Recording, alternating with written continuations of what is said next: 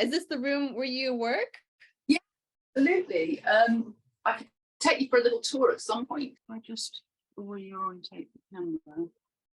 There. So these are some of my things that I've got on the go at the moment. Ooh. So yeah, so these are basically, they're a project that I'm doing on the Vanderbilt costume ball from the 1800s. I was at the New York Historical Library, and I discovered these amazing cabinet cards, you know, those Victorian larger cards rather than the carte de visite. They're absolutely splendid. They've got basically all these very rich people dressed up in incredible costumes. So, for instance, this one is based on this woman here. I'll show you. So she's holding lots of doves like that. And you see her? She's very intense. Yeah. Wow. And this one is, she's dressed up as a bee. Look, she's got she's got the wings. She's got the kind of like the stripes. The natural. Amazing. And this is the painting that came out about her. It's quite interesting because you've got all these little creatures. There's rather nature, and there's sort of like this cuddling of these kind of almost like little babies and things. Another sort of very. Can you bring it closer to the lens at all so we can see a little bit more? So kind of like cool. Sort of amazing, sort of a very beautiful. I mean, I don't mean that in terms of my application, but it's these things just kind of appear. This very sort of old soul just up here. Yes, there's all sorts going on, very much about the natural world. And it's interesting that she chose to dress herself up as a bee. I rather love that, because obviously that fitted with her personality. She's rather wonderful just there. And this one, so because basically I'm showing these to you because these are paintings that I've used connecting to people in historical, you know, antique photographs and things. So it kind of fits. And this is based on this lady. It was seemed to be a bit of a fashion at the time to dress up as Delft kind of ceramic ware, because there's quite a few photographs in that collection of both men and women dressed up in that way. But I thought it was rather fascinating that there was this sort of, it's kind of almost got that feeling to it in a way, but at the same time it's got all of these different sort of references, so people and fish and you know, this is rather beautiful because it's sort of loving, but it's also quite spiritual. It's like a finger pointing upwards. Yeah, there's lots happening in it. Can I just ask about the process of making those? So you've got the photograph, and then you make a painting from the photograph, and you're kind of tuning into the person's energy, or can you explain that a bit? Very much the person's energy. Yes, it's about it's basically, that's the beauty of actually working in a kind of like an automatic way. So you're you know, using paint, allowing it to kind of come out in a very energetic way, or when you're using your pencil, you know, or your chalk, allowing it to flow. Because the thing about it is that, you know, the way I see it is that everybody leaves an energetic imprint. So it doesn't matter if they're here or they're not. You know, for instance, I made a body of work which was based on my family because I'd never met my paternal grandparents, and I had no inner sense of who they were. So I made a piece which had lots of different elements to it, so one for each person,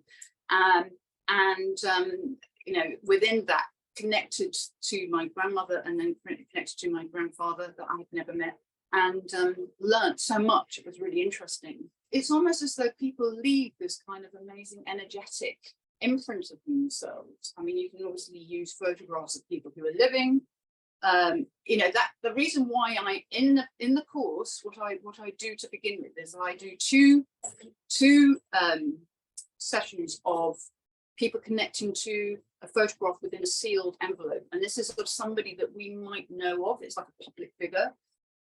So, you know, but what I do by it being in a sealed envelope, you don't know, obviously, who's contained. So you don't have any of that kind of like the history of them or what you know, your conscious mind getting involved, things you've read in the newspaper or anything, your own opinions, but you're connecting to the person on an energetic level. And then when you open up the envelope, odds are you will know exactly who it is. And actually, it was a really profound thing in the last workshop because it was so beautiful. It's like somebody had done unbeknownst to him, obviously, he didn't know he was doing a picture of Princess Diana. But when you actually saw the drawing, it was really made sense because it was in this beautiful kind of blue, very sort of healing. But there was this sort of amazingly maternal quality. It was almost like a sort of pregnant, like a Madonna. It was actually very interesting that he picked up on that kind of aspect,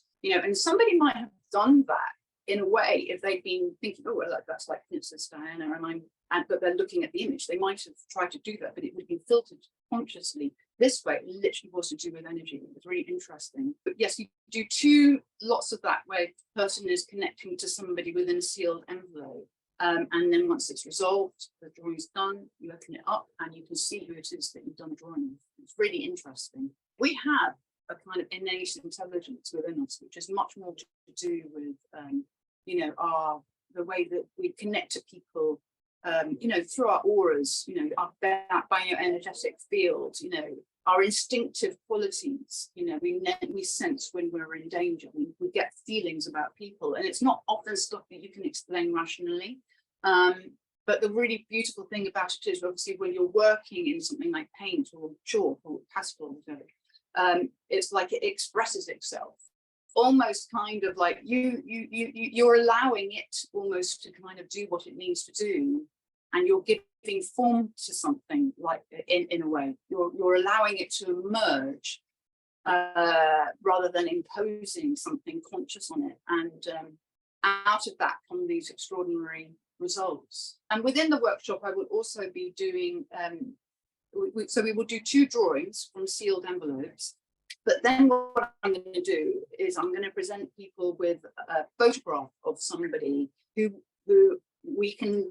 has a Wikipedia page fundamentally, or you can find out more information about them, but they're not somebody that we know, say from Edwardian times or something. This is what I did last time, and it was incredibly successful. So you're actually looking at a photograph of somebody, but you don't know who they are, because the information about them is held within a sealed envelope. Mm-hmm. So that person in a different kind of a way. You're looking at the photograph, but you don't have the information about them. And we did that in paint, and the paint just kind of flowed out. And again, we've just got some amazing results, beautiful painting, but also, really sensitive, and they were rich in feeling and information, and it was really, really kind of exciting and confirming. And so that's for the last part, third, or a bit more of a third of the part. So you walk away with these 3 pieces. You walk away with 2 drawings, and you walk away with a painting. Well, it sounds like it's going to be a wonderful day for everyone involved. So I'm just going to say the title in case people are curious. So let's learn how to make insightful inner portraits inspired by photographs. So thank you so much for chatting with me today. Okay. Nice to see you again, and take care. All right, bye.